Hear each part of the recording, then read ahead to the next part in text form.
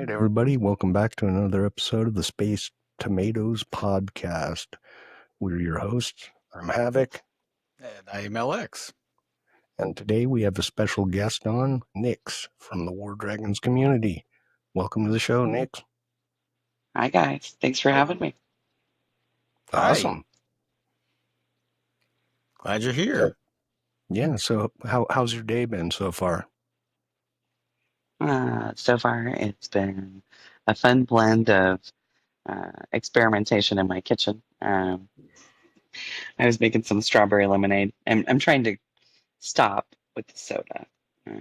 I told Havoc earlier that corn syrup is not my friend, so I'm trying to cut it out of my diet. So I'm on this juicing journey. Um, and my mother has a rather large lemon tree in her backyard that needs pruning on the regular. So the perfect plan just kind of materialized before me when I needed to go over there and help pick lemons. So I was like, well, what am I going to do with 50 lemons? I'll make juice. Nice. That's pretty Lemon awesome. juice is good for you. Yeah, and it surprises me how much sugar is in things. And so when you're making something yourself and you're like, well, how much sugar can I put in and not overdo it? So I started off with like 3 tablespoons, and today I was up to like a cup. I'm like, okay, I could do a cup of sugar. I mean, that's still significantly less than what's going to be in a 2 liter of soda. But it's interesting to me how a sugary beverage that you just pop open the top and the ingredients are kind of a mystery, how bad that can actually be for you. It's absolutely horrible. And that was one of the first things I had to kick, and I was very much, I would say, addicted to it. That the one that comes in the red can. I don't even want to mention it, but yeah, that's Rhymes with smoke. yeah, that one.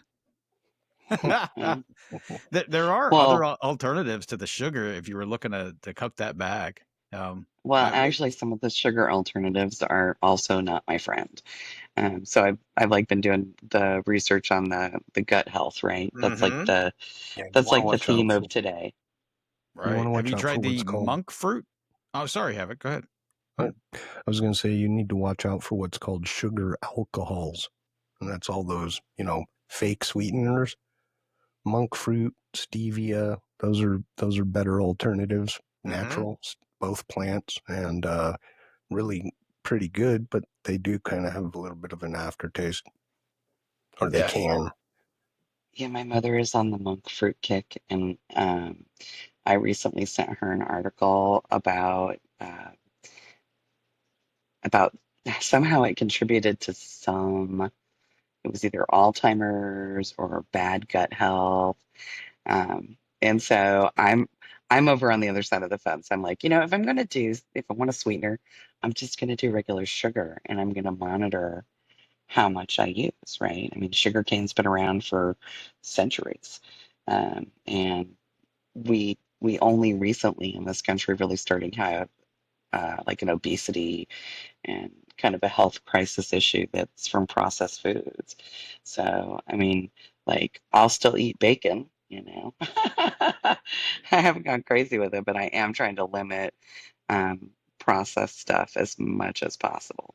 So I'll go for the raw sugar cane, unprocessed sugar, before I go for the substitute route. And then also you can use like grape juice and apple juice and strawberries to kind of naturally sweeten it a little bit.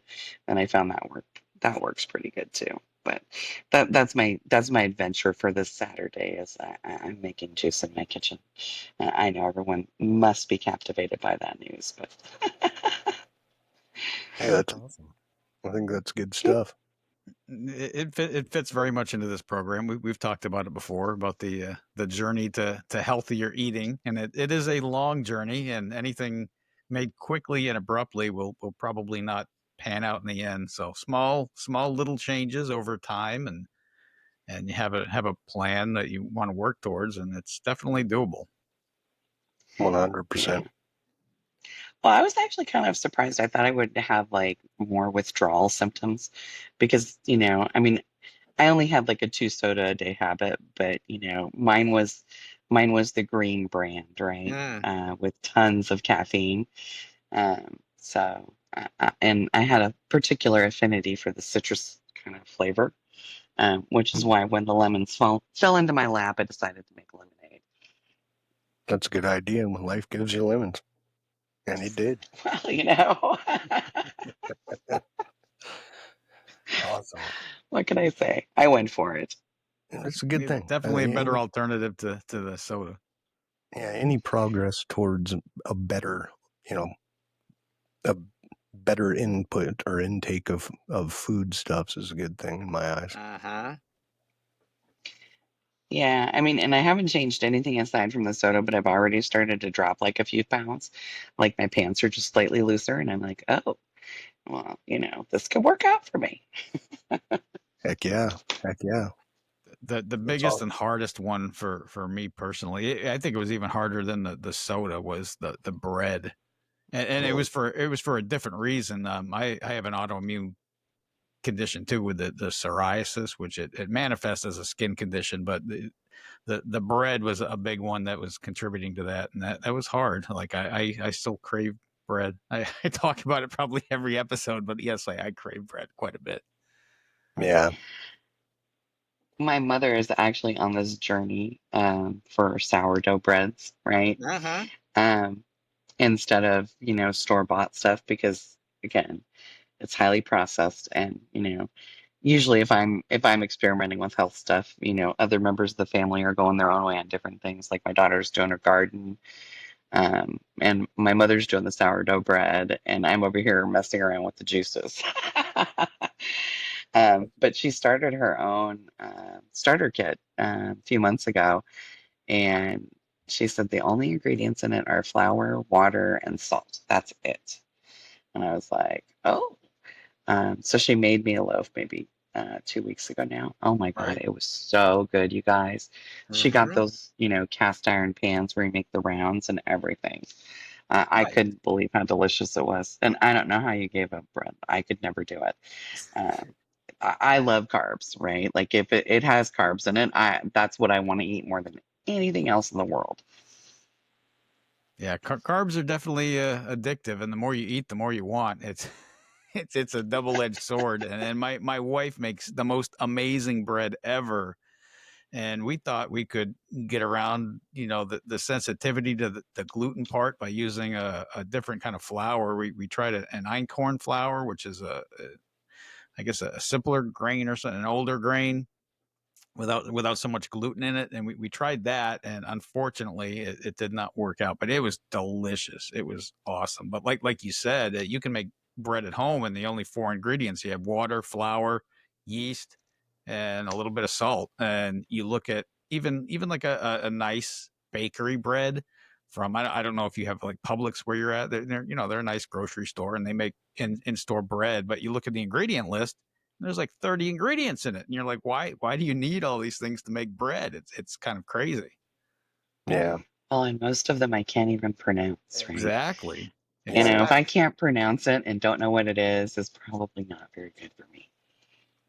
Yeah. Well, And most of them will contain corn syrup too, mm-hmm. for Or I whatever. didn't even know that. Oh, yeah. it's sneaky when they put sugar under other names, because the stuff like maltodextrin, that's one of the worst ones that metabolizes straight into sugar. Cornstarch, a lot of the times there's several names for different things that just metabolize right down to sugar, especially and we didn't find that out until my wife got that glucose monitor, and when she would eat, and we're like, there's nothing in there, and then you start to dissect the ingredient list more carefully, and you're like, that's what it was. A Yep. It's an lot of interesting hidden. world we live in. We literally had this discussion the other day. It's odd to me that something that has, minimal ingredients and just simple, it costs 2-3 times what something with, 30-40 ingredients that are all, chemical inputs, Right. costs. It's just weird.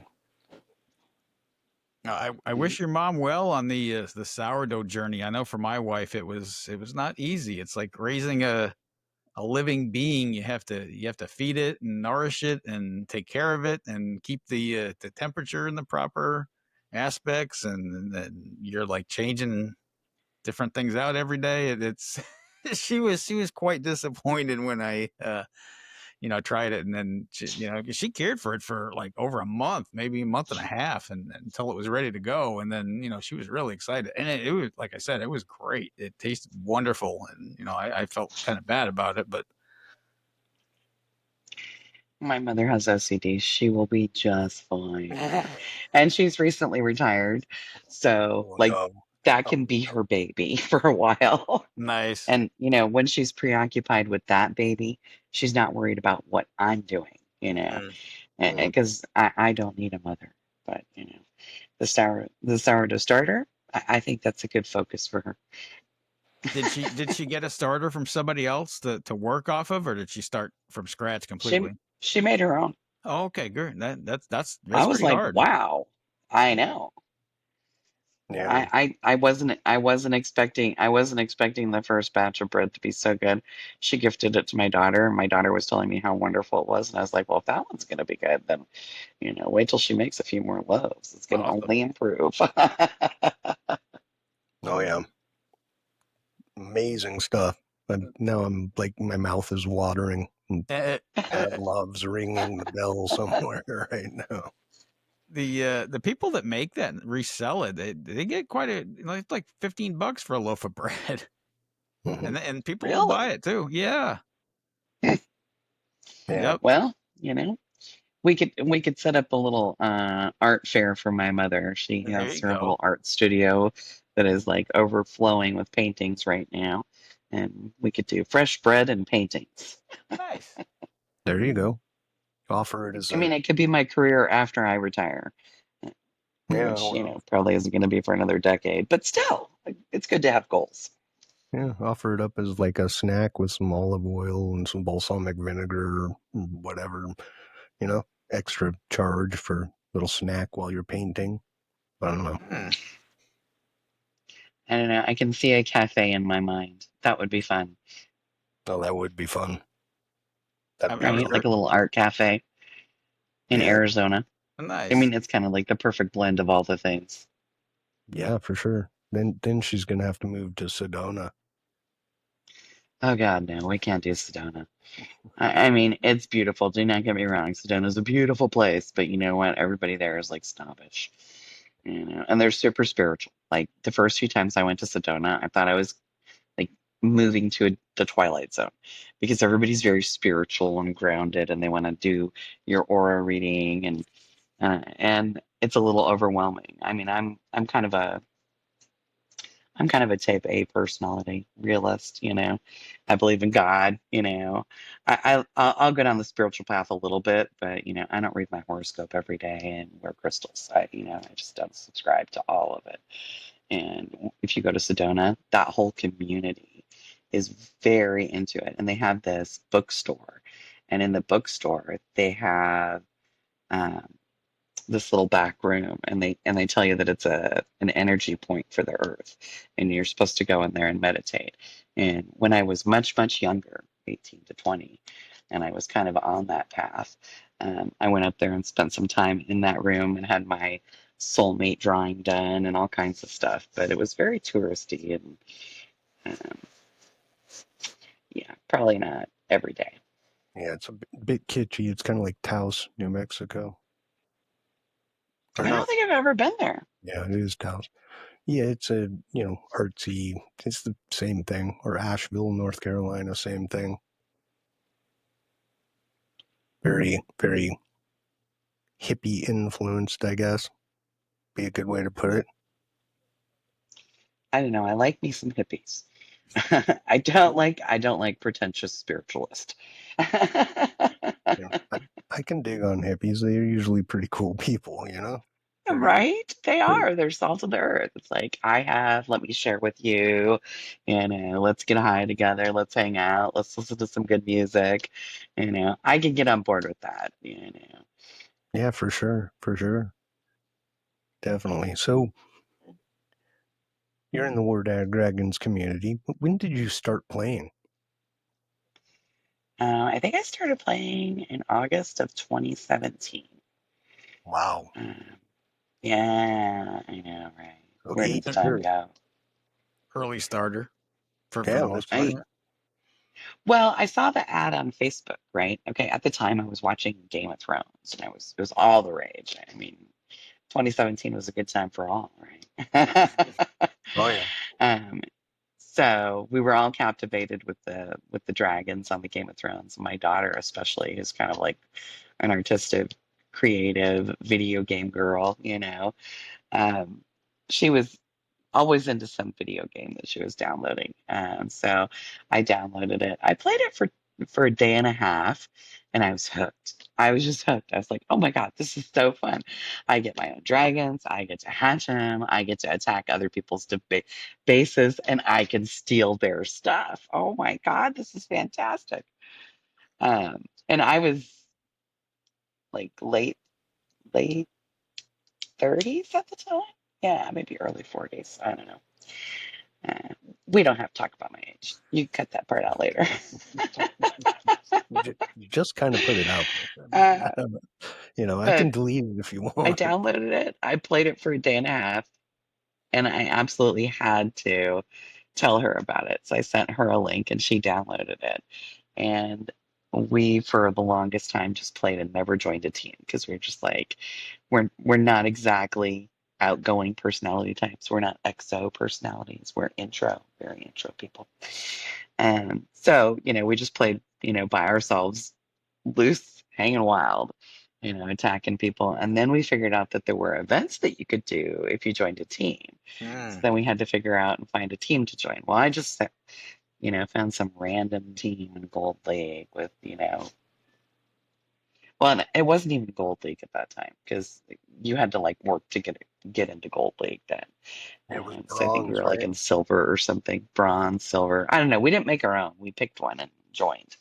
Um, and I remember we'd get on and nobody talked. It was just her and me. We would talk all the time in chat. And so we did a couple of PvPs, and one of the PvPs that we did was like Gauntlet or something. We just went crazy. And racked up a ton of points. And we couldn't even do the higher islands. We could only do like the first three islands. That was it. But we just did them over and over again. And we were in such a low league with such low activity that we ranked pretty well, the two of us, on a team with 30 other players that never logged in, probably maybe once during the event and did something. So that was the beginning of my War Dragons journey. What was the first memorable team you were on? First memorable team I was on, I would say, was Four Horsemen. Um, and there were a couple before that, but I don't remember the names of them anymore. I mean, it's just been so long. And they were so unmemorable to begin with. But I went to Four Horsemen, and a friend that I had met in game had talked me into going to this team where she was an officer. She's like, yeah, yeah, come over here, play over here. And I'm like, okay. So I joined this team that is mostly inactive, sitting in Gold League, 32 players. Nice guy. The leader was Famine, who lived, I think, overseas, so we hardly saw each other. Oh, And Baby Cakes was the officer's name that brought me over, and so she got me on the team and spotted me for the true addict that I was, made me an officer on the team, and from there the rest was kind of history. I decided that if I hadn't been successful in other teams, I had been around and I had seen enough to know that you could recruit. So I decided I was going to join the Facebook page and be the recruiter, and I built the team, and we had a great time. Uh, so I filled that team out, and we played for I don't know, like 1, 2 years on that team, and took it from gold all the way up to like platinum or just below sapphire. And that was back in the day when everybody had to show up and do their part, or you were just gonna flounder in lower leagues. So I felt like we did pretty good. But after a while, you get so invested into something and there's so much management that has to happen. And, the team got Atlas, and then there was a whole component of Atlas and alliances and allies and, the mega alliances, because it was back, when the mega alliances were in full swing. And so trying to understand and dissect all that and then maintain a roster and run events, and I thought I had to do everything. And for a long time I did, and we had a really great time. We had a really good crew. Uh, and some of the folks that I played with then I still actually play with today, which is kind of cool. So we've done like the entire journey together. Of course, we're a little more relaxed about it today than we were then. But we all used to get the team on the phone and do the calls and strategize about how we were going to do stuff. I remember when they did the land grab for the Platinum League and War Dragons, and that was so much fun. And Oh, we had talked for weeks with teams before that about we were going to go after the specific area, and everybody was going to go after these castles, and this is the place to be because there's no entries. And I was just like, I didn't know much about anything at that point. I was just like, okay, well, sounds good. Sign me up. And then the day comes and they launch like I think they launched early. And so we didn't have everybody online, or maybe they loaded late. I can't remember. It didn't start when it was supposed to start. It started off schedule, and that kind of put us at a disadvantage. And then by the time I was able to join in, that whole area was just a pit of teams fighting over castles. And I was just like, this is a total shit show. Oh, sorry. I don't know if I can curse. Um, it's fine as long as it's impactful. That's fine. We just try and stay away from like long strings of curse words, you know. no problem. Anyway, so I show up to the disaster area that we're supposed to be working on and collaborating with others, and I'm just like, oh, this is preposterous. I'm just going to do something different. And so I scan around the map and I look and I'm like, okay, there's no way that we're going to hold anything more than a T2. I knew that much. I was just like, we don't want to mess with that.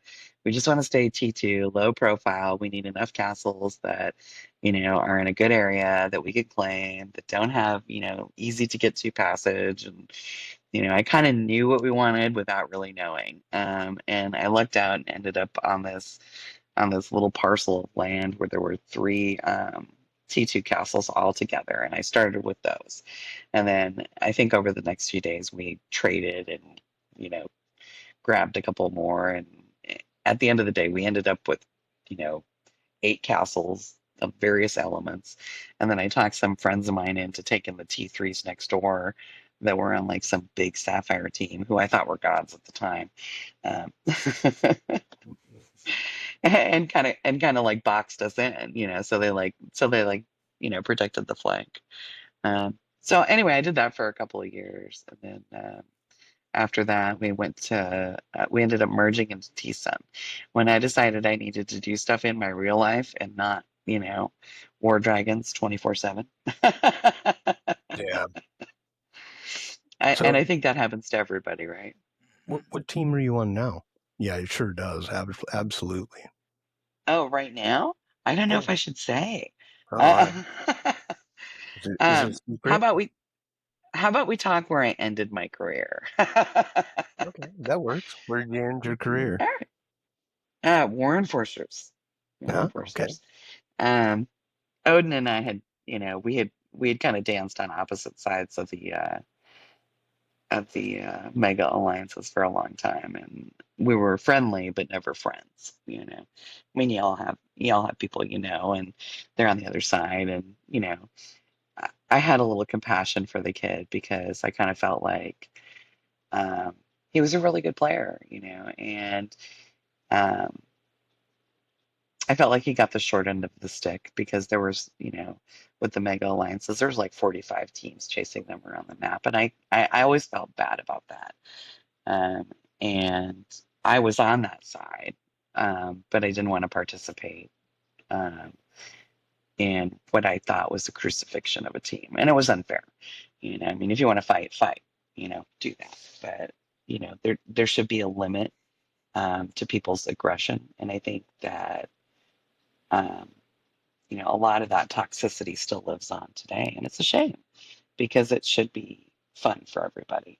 I mean, that's why we do it, because it's supposed to be an entertainment and a pastime. But when you take it to such a level that it can impact another person in a negative way, I don't think that's healthy for anybody. So I don't subscribe to doing that. So, but I'll get off my soapbox now. So yeah, I ended my career on War Enforcers. I finally joined the dark side. It happened. And I'll tell you what, it was the most fun I've ever had in War Dragons, ever. Like, I mean, I thought that I was on good teams before that. But when I joined that team, I was just like, wow, I'm a crappy player. Yeah, yeah, yeah. I mean, hey, yeah, we were my team was on the other side, so was Lx's. But yeah, at the end of the day, it's all pixels. It's at the at the base level, it's not the people, it's the pixels. So Well, yeah. Well, for me, it's like a community too, right? I mean, War Dragons is something we all have in common. That's how everything started. Whether it's this podcast, you guys met in War Dragons, and you built a friendship, and a relationship in real life, and sometimes those pixels can lead to bigger connections if we allow it. And I've made some great friends in this game. And I've made some great enemies too. yeah, I don't know that I've made any enemies so much. I mean, Odin and I definitely had our moments. Uh, you know, mm, but that being said, it's a game. And no ill will or animosity towards the guy, and he helped me out greatly when I was beginning. He was probably the most prolific content producer at the time on showing new dragons and how to fly them and spell combos and things like that. So, big kudos to him. Maybe we'll try and get him on the show if we can. He did Oh, take a lot of absolutely. heat He would for. be. I was I was just gonna say he took a lot of heat for. I don't even remember why, but I do remember he was very polarizing figure figure around that time for one reason or another. Whether you either liked him or you didn't like him, but Yeah. I liked him all the way up until, we had the full force of war enforcers across every single castle, and here I am in Sapphire too. You know, hmm. it was like, just give us the castle, or we're going to take all your castles. So the bullying works kind of both ways, and it always seems like it's a lot of fun for the team doing it, and not a lot of fun for the team not doing it. It is what it is. Yeah. I don't know. I think War Enforcers was, they tried to be responsible about things. I mean, I was on Pukas, and I don't know if you guys were around to Oh yeah, watch the fall of Pukas. That was horrible. And it was all because we took a War Enforcer castle. And they had been fighting on that castle for a hot minute. And I guess it was promised to somebody, or who knows? There was a bunch of drama. But I was just like, okay, you want him out of there? Fine, I'll trade in. No problem. But then everybody got bent out of shape about it. And next thing yeah, you know, Pukas was being targeted on every castle we owned. And I was yep, just like, wow, okay. But yeah. I It didn't realize happens. how good we had it at the time either. We had Yeah, like 22 T4 castles, and that was before the introduction of new lands. And there were a lot of other Dreadline teams that didn't have that kind of real estate. But Kitty was kind of a real estate wizard. Sorry, wizard. She would trade us in and out of castles, and she always seemed to stumble upon like the most choice land by accident, and then we would trade in and out of stuff, and next thing you know, we were sitting on 22 T4s, and it was probably more than we deserved. man, I don't know about that. I mean, at the end of the day, though, right? It is a conquest game, and I got to say, out of all the conquest games I've played, it is the least lossy, I guess. Right? Like I played Game of War for a very long time. You could wake up and literally have nothing, I mean, zero. Like you're you've just been decimated. Your hero is gone. All of your troops are gone. Like there's no storage for troops, really. Like billions of troops gone. Yeah, it's a big problem. At least in War Dragons, you didn't suffer that fate. You know. Yeah, I've never played any other video games. Like War Dragons is my lone adventure. And I think it's because I'm the personality type that whatever I do, I want to be fully invested in it. I don't want to have to split my time between this game and another game and try and do all of the real life stuff that I want to do too. It's like I just want to be able to do this thing in my spare time with my friends and, you know, just enjoy the journey instead of being worried about getting to the destination. And I think, in my reboot, um, I've been more about fitting more dragons into my life instead of fitting my life around War Dragons, which is where I was before. Mm. Yeah, That makes a lot that of is sense. nice. Yeah, I was playing Game of War for probably 6 years before I even heard about War Dragons. So yeah, I'm the same way. I can't play more than one game. There's no way my attention span won't let it happen. What Yeah. level did you get to in the game? Well, when you say level, you mean like my base level? Yeah, yeah. Oh, I was end game from Puka's on. Oh, okay. So I played end game all the way through War Enforcers, and when Odin retired from the game and VIP took over the team, I volunteered to help out with Officer. There was a big, kerfuffle in the team, and people argued. And then we had, 15 plus players just up and bounce one day, and we decided we were just going to carry on, and it was going to be what it was. So, um, and that was like, the reboot of War Enforcers. I mean, because they weren't really ever the original War Enforcers anymore. It was a different game Yeah. from Yeah. that point on. And I actually enjoyed the challenge of it a lot because we would, take a castle in an area and then we would work that area, and then, when we were done with that area, we'd, bounce and take a castle in another area and then we'd work that area. And then we'd bounce out of there and, and half the time we were getting rid of the castles. We weren't keeping anything and we were playing mostly pirate um, for a while. But then, suddenly things started to shift in the game and um, there was kind of like a breakdown on the mega alliances a little bit, and people were less grouped together, and there was more independence. And at that time, we kind of reformed our TA a little bit, and we ended up partnered up with um, Sandslingers, which they had been running together forever and ever, but like 7-Eleven joined, World Risen joined. Um, we had Pyro Empire. Uh, Yeah. I'm trying to remember. I think Sandslingers bounced and went and joined A&D's TA, and then Mythic Dragons came in, and we just went ballistic on the map. It was the only time there were no mega alliances to stand against the TA, and I pretty quickly realized that we were way overpowered. And if we continued on the path that we were on, we were just going to decimate teams, and it wasn't going to be fun for everybody.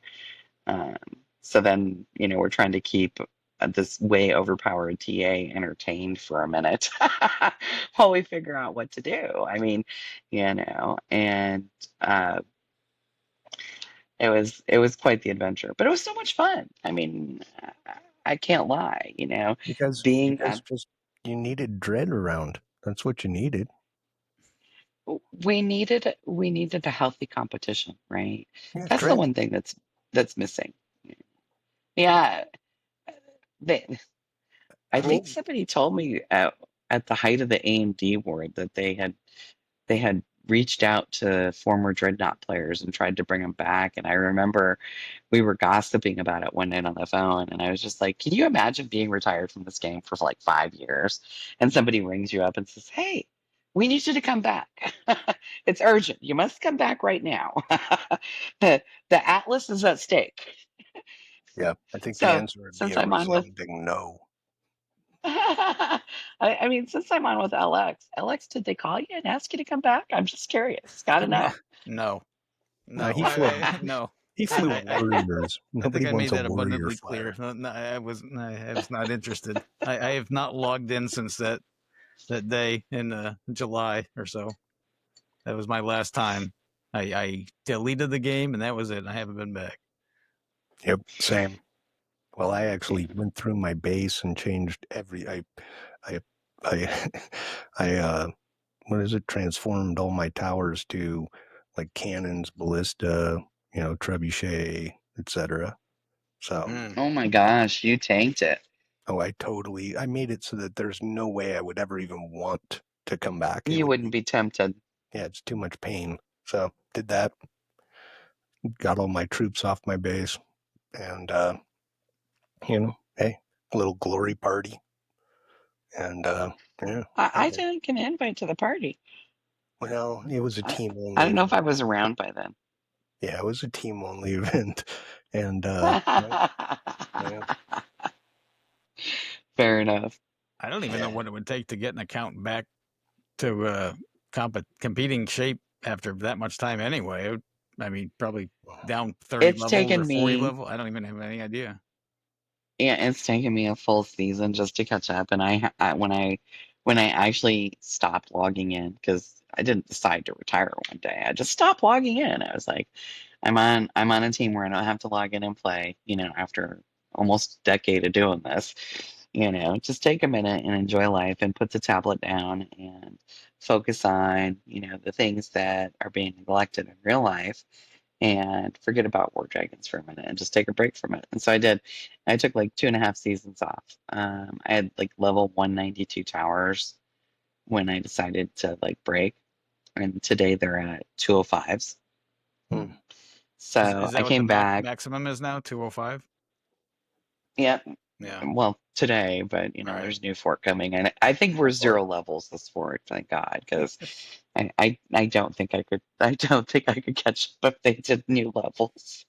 yeah, Anyway, when I especially, started playing, sorry, go ahead. you first. I was going to say, especially with every time they come out with something new, it's new currencies. Hmm. One of my biggest gripes about that game was the constant addition of a new currency for the next thing. You know what I mean? It's like, why are you doing this? At one time, I think I listed them all on the forums. That was pre-ban, but hey, I think You that's know, requisite for any company running these kind of things, just to keep keep your wallet open. I think yeah. if well, you they're want to be gonna need a competitive, better you tower have to to. do it. Yeah, you have to. This latest one they introduced is kind of like yeah, we'll just call it what it is. It's a turd. All right. So They it's introduced a new currency, and they made a tower that will slow down your dragon. And I'm like, Hmm. okay, that's like everybody's enemy in this game. You don't want people to slow down their dragon, because then they can build rage. I mean, that's the whole point, is to speed the fucker up. Pardon my language. all good. Yeah, Well, yeah. they got rid of the But forums. You can't even complain about it anymore. Well, Nobody's oh, there to thank listen God, to you. though. they have Well, Discord. but now they have Discord, and it's just as toxic as the forums. I mean, they really just need to, get on there and do some management, break out your people skills, right?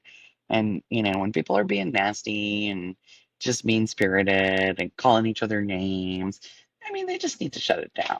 You know, Uh, Well, we you can know, all operate with a little bit more decorum in our lives, all right? It would not kill us. I always thought that was a feature of the game. right? To, Well, that and to might be be the draw for some. and to be fair, it's kind of hard to get the three developers on the game to actually do more than just development and you know Well, do they still do development? Because I was under the impression that was being outsourced. Yeah, I'm sure it is. I really don't have any idea of the internal structure whatsoever. I just know it seems like a lot of the people are no longer there, right? They started sloughing off, Oh, I community know. managers and everything else, and you know, I mean, they did sell it to a Chinese-owned company, so I'm sure that they probably have some kind of hand in something there instead of being all in house at this point. yeah, probably. Pocket Gems got sold to a Chinese company, or the Yeah, game did. a long time ago, they Tencent bought a huge share of Pocket Gems, Really? if not the whole thing. Yeah, I have no idea. I mean, I don't yeah, keep up on all that. I just like the game. yeah. I'm kind of I kind of live in my bubble. I mean, I work in technology. You'd think I'd pay attention, but no, don't care. Just want to play the game. Don't want to manage teams. Don't want to, plan stuff. I just want to get on and play with the dragons and make some cool gear and train my rider. Get some PvP points. Maybe get a seasonal mythic. That's Yeah, it. I have no grand plans. I do miss the days pre-Atlas. To be honest with you, I had a lot of fun. Although, you know, what is it? Two left turns, two right turns, and you're home, I guess. So, yeah, it gets a little boring, but I liked it because new dragons and, I was kind of the Pokemon breeding guide. I think I had every single dragon, except like Fleemp and, a couple that were, you know, recruit people or do other stuff like that. I'm like, I don't even know Mm. 30 people, much less 30 people I could get to join War Dragons. Right. So, I like the early days too, because people would send me screenshots of their dragon den, and I'd be like, "All right, this is what you need to breed together." Because people would just do it randomly and just waste so man, so many egg tokens. I'm like, dude, what are you doing? Like, come on. And I'd draw them up, like a breeding plan, and take a screenshot and send it to them, and they're like, "Oh, this is great," and then but then it just got way too complicated. I'm like, oh yeah, I'm kind of out. Well, but back in the day, there was some strategy to it. Like you had to understand how to progress in the game, or you're going to be stuck in Sapphire forever. mm, And the some of us and the choose that, by the way, on purpose because we don't want to set alarms for 3 in the morning for events and stuff like that. Just no, saying. no, I'm not talking about league placement. I'm talking about breeding dragons. Because Oh yeah, remember when Apothic came out, he was 500,000 tokens, and that was like a century ago now. It feels like, but you can breed him today for like 11,000. Okay. Right. Like, I yeah. want a refund. Where's my tokens, dude? You know, Right. You have so many because I tokens. need 620,000 for Reverend. It's like, and there's no artistry. That's all gone, right? They stripped that out. There's only 4 dragons every tier now. You get one invoker, one sorcerer, one hunter, and one warrior, and that's it. That and you have to breed them all. You can't progress and level up your towers and do the things until you have all of the dragons.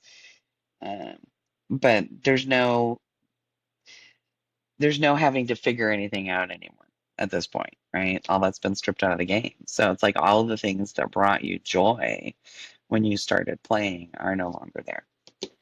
Yeah. And some of the really Except good, for the people. The people are yeah. still there. And some of the really good Well, people are gone, especially some like, red, the breeding guide. Now it's not useful, right? Once you get to end tier. But then you had who was it that did the drops for chests? Um, was that Mort or Yeah, that sounds about right. Yeah. yeah, I think Mortimus Ominous did that and put out drops for chests, or it was someone. Maybe I've got that wrong, but you can comment and correct me if you care to. Um, some of that all kind of went away, the charts and all that stuff, which was kind of cool. I enjoyed that stuff. That was interesting to me because I had no idea. Like, I'm probably one of those dummies that thinking like, wow, this is like this stuff is random. There's no randomness to it whatsoever, and I think probably a lot of people thought that way too. That but it's actually to a set sequence of events that Yep. everything comes out. Well, if they made it truly random, then it would definitely be unfair for the players, because the pool of smaller drops is just so much larger. So it would really suck All right. a lot. Well, nice. Yeah, I think the last event they didn't even have one of the chest sequencers that they posted, like for Assault. They didn't have the gold chest sequencer, which surprised me. The community is shrinking, and that's, I Well, think a natural consequence of, people just getting tired of doing the same thing over and over again. yeah, but there are I keep seeing new players in certain chats and stuff like that. I keep seeing people are like, yeah, I'm progressing. I'm doing really well. I'm at like level 120, and I'm like, what are you doing? Havok, level 20, 120. Oh, wow. Would that take you a day? Yeah. Sorry. But, overachiever here, I guess. I remember when that was high though. Like it Yeah. was a level. Oh, that guy's level 100. Holy cow! Yeah. I remember when being 250 was a big deal, and hitting level 300, and oh wow, I was on top of the world. Now I'm like, what am I? I'm like 726 or some crazy shit. Yeah. Oh, and the XP scaling. Oh my gosh, that was a nightmare. But yeah, I think I quit at like 690, 680, 689 or 692 or right around there. I've been playing for far too long, but I'm not ready to give it up. I decided that I would be a retirement failure and come back this season, and I'm not sorry. I don't know how long it'll stick though. We'll see. How would you feel if they had decided to stop supporting the game one day and they just pulled the plug on it? I mean, I don't feel like that day's that far off, honestly. I thought it's been coming for years, but it just seems to never well, happen for some reason. well, everybody says that day is coming, that day is coming, but I mean, they're still charging $100 for packs, and I still Right. get quite a few of those, free six tokens for every purchase on your team. Right. I still get quite a few of those, so like, I mean, and some teams more than others, and so maybe it's still profitable. I mean, but with cloud server space being what it is, and other cost increases that I'm sure are coming, um, we will see. It might be in a situation where it's just not profitable enough to bother with anymore, which would be a terrible shame. Yeah, Um, I kind of but I don't see them, you know reinvesting into content creators and artists, and changing up the game, and doing something different. I just see the same teams running around with a pirate team conquering castles off of other teams that could add stuff and be part of the ecosystem. you know so yeah, I think they're on kind of a, at this point I think they're on a pretty sustainable mode just to continue running with pretty minimal inputs, you know what I mean? There's not a whole lot of new things coming, so the wireframes for the dragons, they need, an artist probably now. You got 4 dragons per season, just one guy sitting there, could probably, drum up some artwork for a dragon, put that to a modeler who then, throws a skin on it with the right colors, and, you know, and I mean, probably they easy. are kind of recycling the spell sets. I have noticed that. Well, they've been Like, doing that. what was that season of Fergax or whatever? It was like maybe 6 seasons ago now. I don't know, spitballing.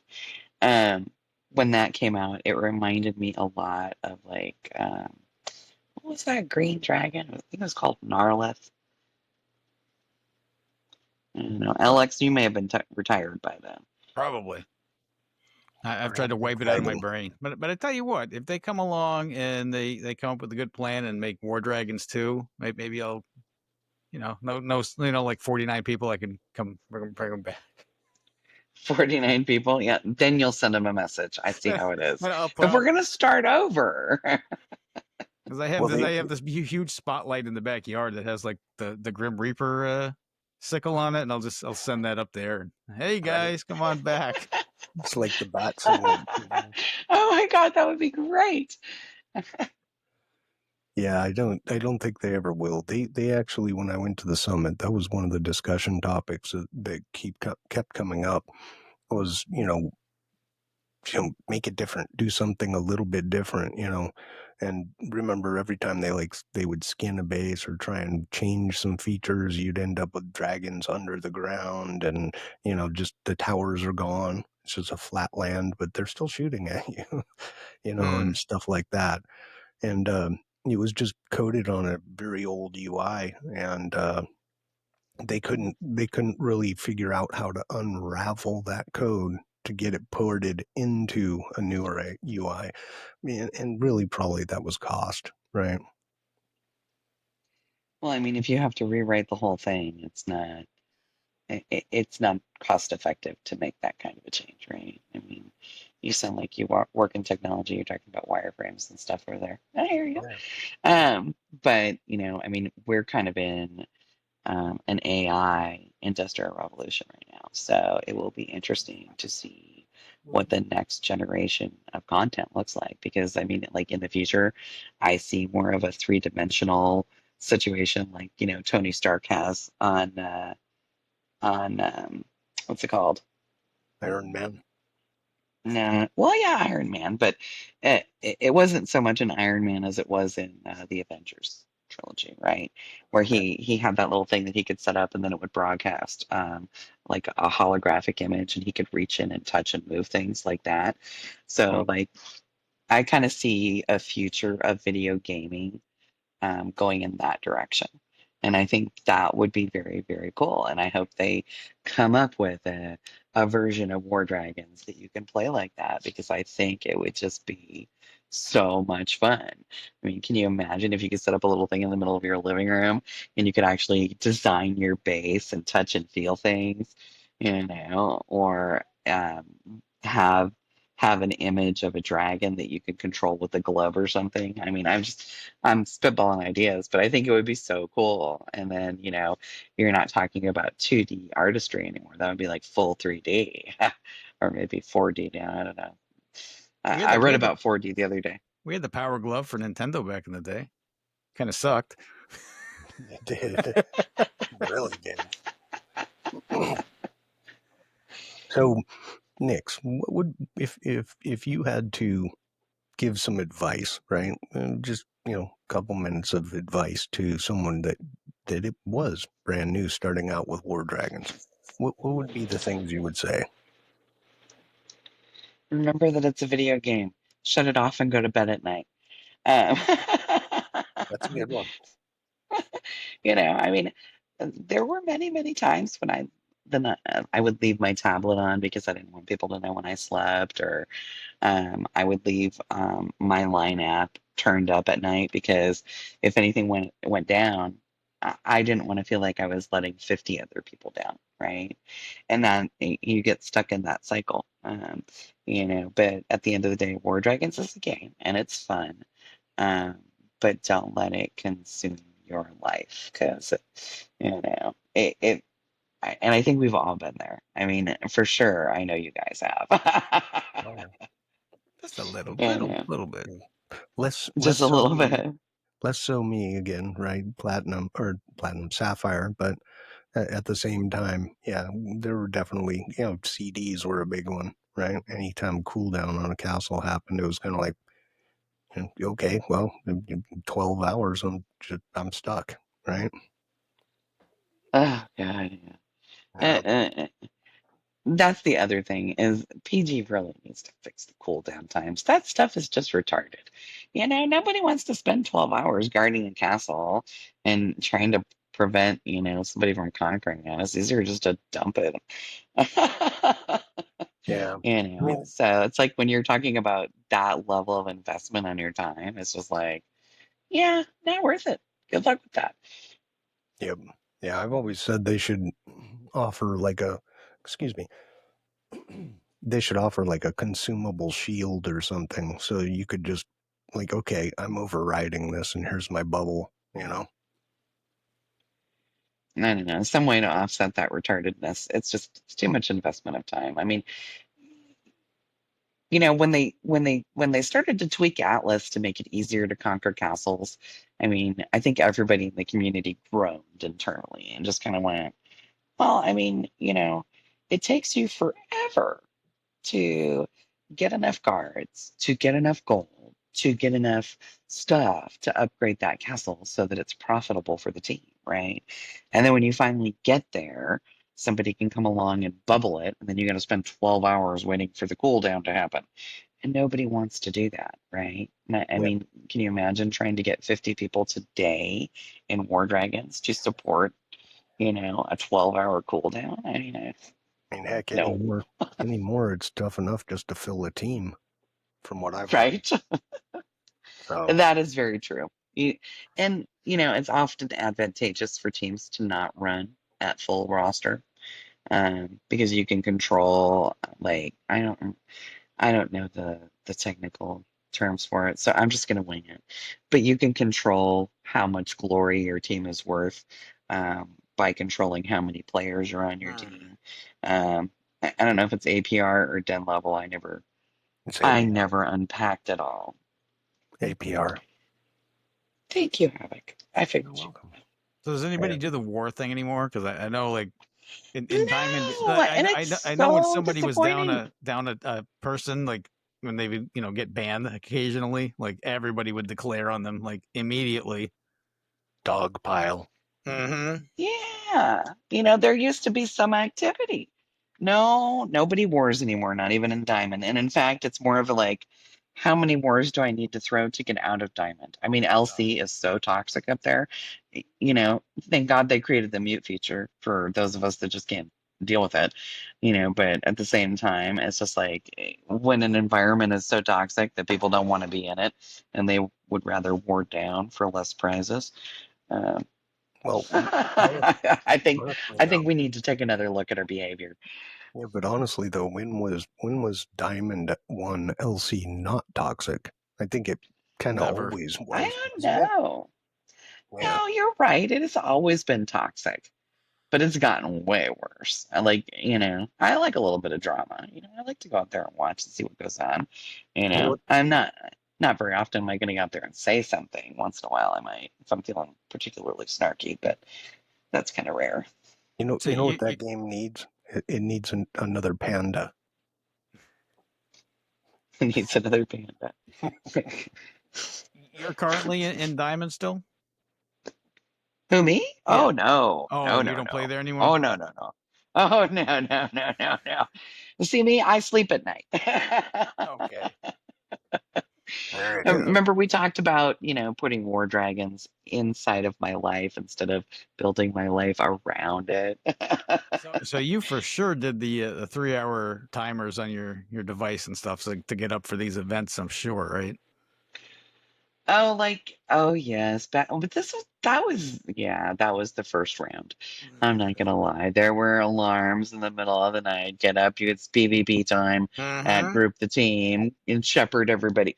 Herd the kittens. It's time to do the things. Right. Hmm. Yeah, I remember you get up for like 3 minutes. I'm like, that's it. It's over. Go back to bed. But yes, I was here for I doing did the thing. I did subscribe for a while to that. But no, these days I do not. I sleep, I have a Nice. life, Nice. All right. I get in, I do my evening things. If something goes haywire, I don't get too excited about it. Okay. So let's go on one more thing.